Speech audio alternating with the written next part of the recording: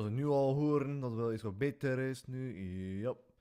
Now let's start again and remember to talk slowly. Now, where were I? Yes.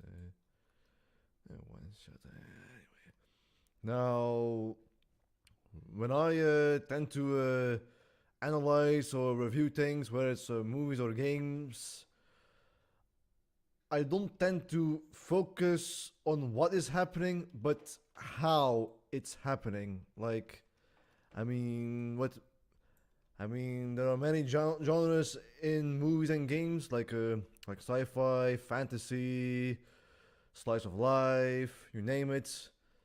It's these things that, sure, these are what is happening, but it's how it's it is more about how it's being told rather than what is actually happening. A good story can, for instance, have depend on maybe like the character, for instance. How have a dynamic personality, something like that. Yes, or maybe the environment creates a good atmosphere or a memorable setting. But I talk slowly. Again, there are many movies, games that have sci-fi, fantasy elements, maybe like more realism. But the real question is, what do this movie game do to stand out, compared to other? It's contrary. I'm just gonna focus on games. I mean, which does apply to these things. They're not killing these things, but whatever. How do I? These things are. Yeah.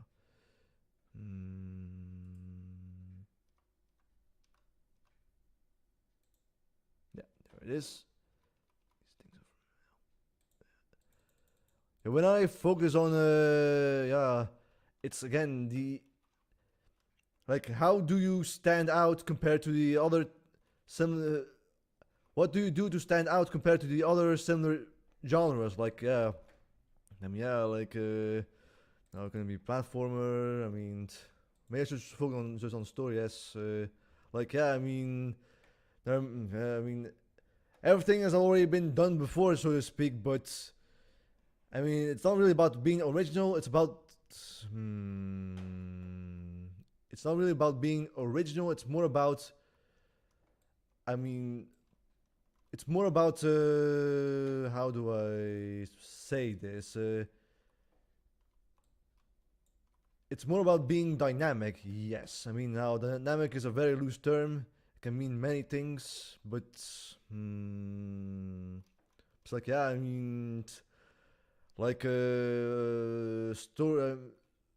stories are.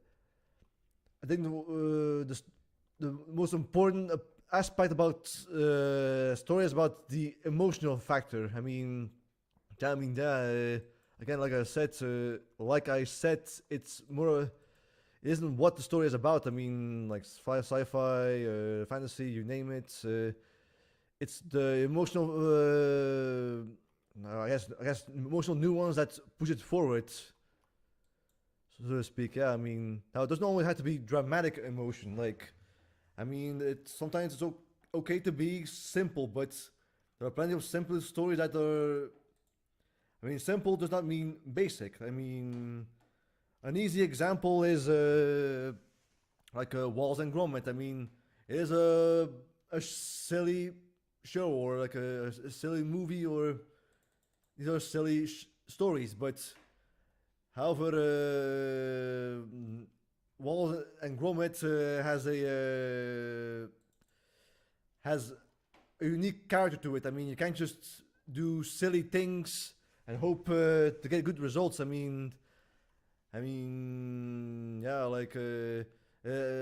and Gromit has a certain tone to it, a certain personality. Yes, it's a certain writing style. Yeah. Now, Now don't know how to exactly I don't know how to exactly describe the tone, but maybe like there's a certain quirkiness to it. Yes, I mean certain. I mean, there's like a it's very British voice acting ish way. I don't know how to describe it. On top of my head, but again, it just has again. Even when it comes to simple things or silly things, you still need to find a way to make it unique. Yes. And again, now one of the things that I care about comedy is not about being funny, but maybe if you're like trying to write a comedy, for instance, like maybe focus on writing good characters first, or like maybe making good atmosphere first, because maybe hey, for instance, you could say that oh I like this character, and even if you don't think the jokes are funny or the audience don't find the jokes funny, maybe they just enjoy the the personality of that character, yes, or maybe just like the set pieces or the yeah or music, and I'm going to die. But anyway, yeah, again something like that. Yeah, I mean, where was I? Yeah, again. Of course, every story is different. I mean, it depends what you are going for it, but sometimes I think one of the better stories are the ones that don't rely on over exaggerations, because trying to rely on over exaggerations can often feel like a crutch. I mean, now my kind of punching back bad examples is anime. I mean, the easy example is like I mean, I guess the anger expressions of or like surprise expressions, like you know what I'm talking about, like when they're surprised or angry, and it's often like completely over exaggerated. But now, problem is that the short answer is to it, the discussion might be a lot more complicated.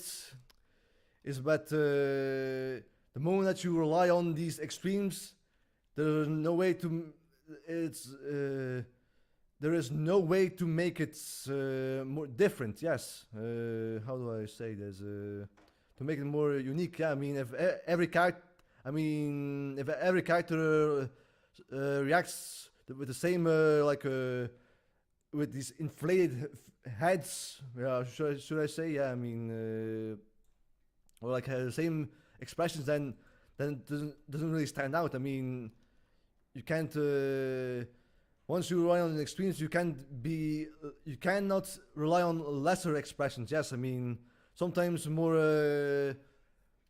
effective way of expression is about taking less and making more out of it. I mean, hope they can understand me. Am I talking slow enough so people, including me, can understand it? Now, how do I put this? Yeah, where was I? Expressing maybe rely on small but subtle yes, body movement, like putting putting a hand on someone's shoulder, for instance, or again, now of course, and again, it's always going to be different from situation to situation. What you're trying to express, I mean, should always be like be effective without overdoing it. I mean, everyone can make a character that is sad, happy, but I mean, the better ones are the better ones that don't feel too over the top, don't feel over the top, but earned. And what is the exact math to get it right? The thing is, it's always going to be different, and if it's too much, it doesn't feel. If it doesn't feel real, and too little, if it's too little, it's ineffective. Again, or like flat. But yeah, what else? Now they can hear me. Now, yeah, what else? else? Yeah, that I feel like how something feels is all the most important thing to me. I mean, it's like it is very difficult to care about genre because I mean that's always going to be secondary. What's really important now? And now here's the thing. Now I take reviewing very seriously because the stuff that makes or breaks a story can heavily depend on the little things. Yes, I mean yeah, like again, having unique characters.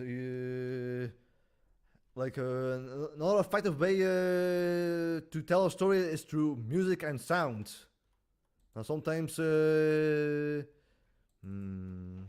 through music and sound. Yes, I already said that. But I'm trying to headshot these buggers.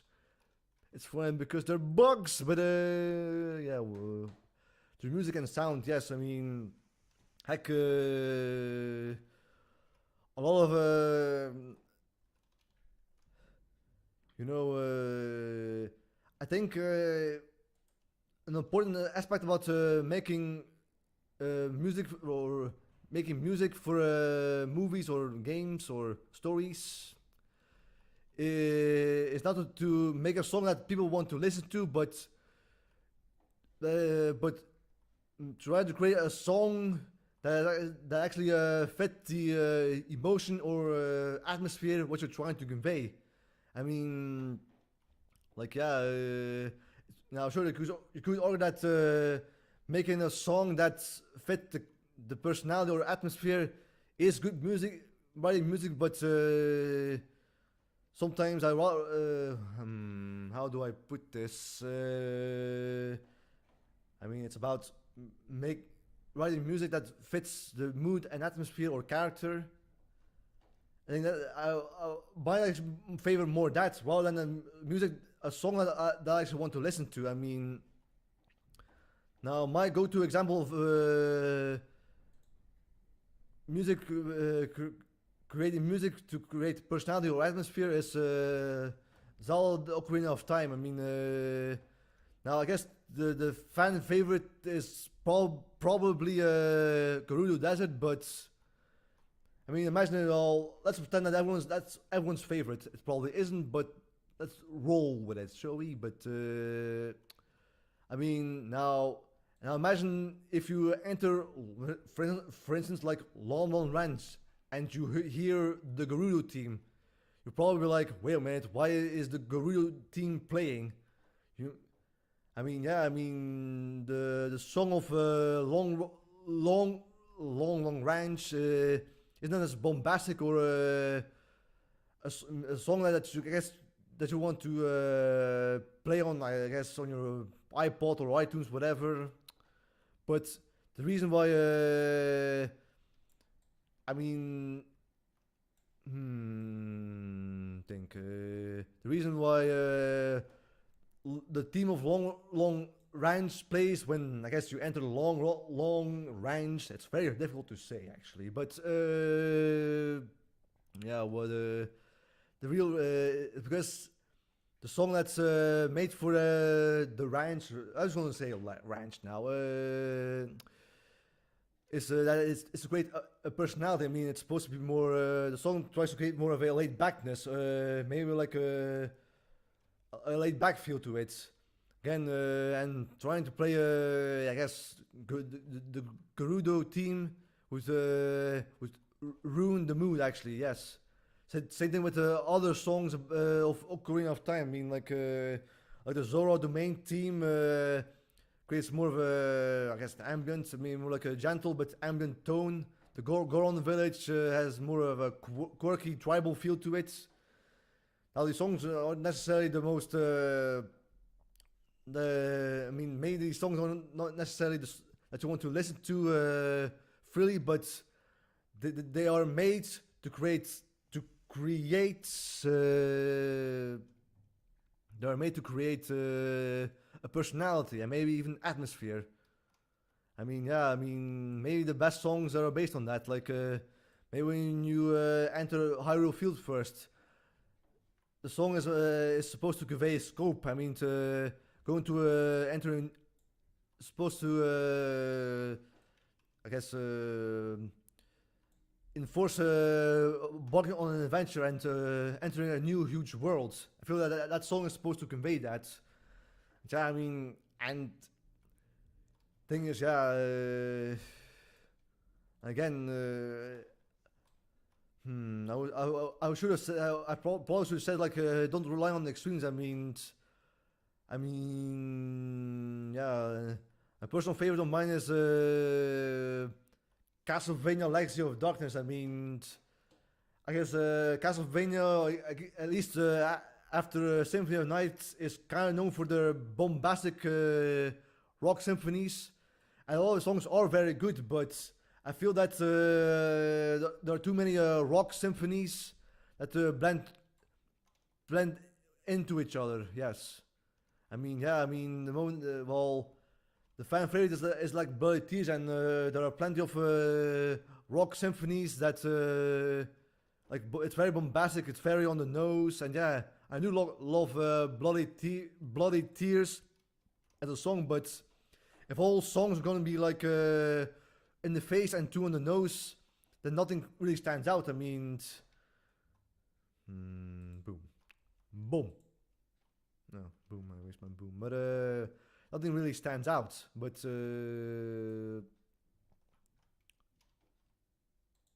yeah.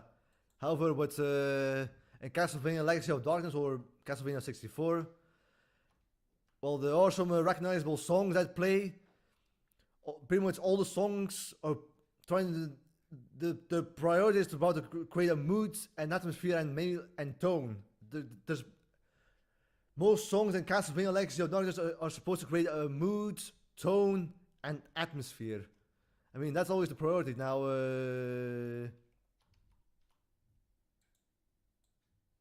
yes, that's always a priority. I mean, now there are some true bangers like the best one is like the intro theme of 64, which is unfortunately removed from Legacy of Darkness. Now, apparently that's a rearranged version of I guess the intro of Castlevania, or what was called on the PC Engine. Forgot its name. And it's not Bloodlines, but Rondo of Blood. Yes. Apparently, there's a rearranged version of is apparently a rearranged version of that song. Forgot what it's called, but again, it's probably one of the better version of that version. Yes, I mean, again, it creates a sad, but for that song of Castlevania intro, it creates a sad bit, but foreboding tone, and it's probably a favorite amongst Castlevania music. Yes, should I say?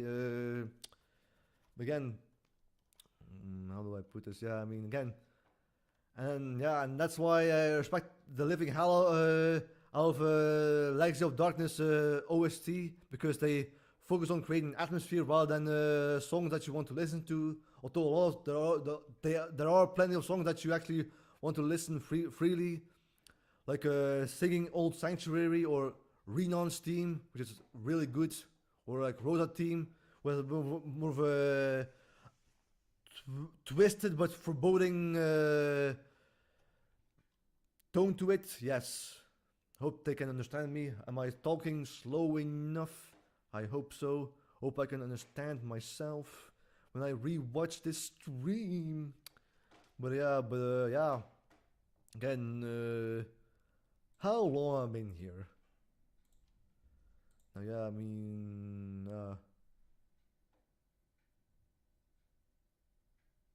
yeah, 20 minutes is enough. I'll think I'll end it here.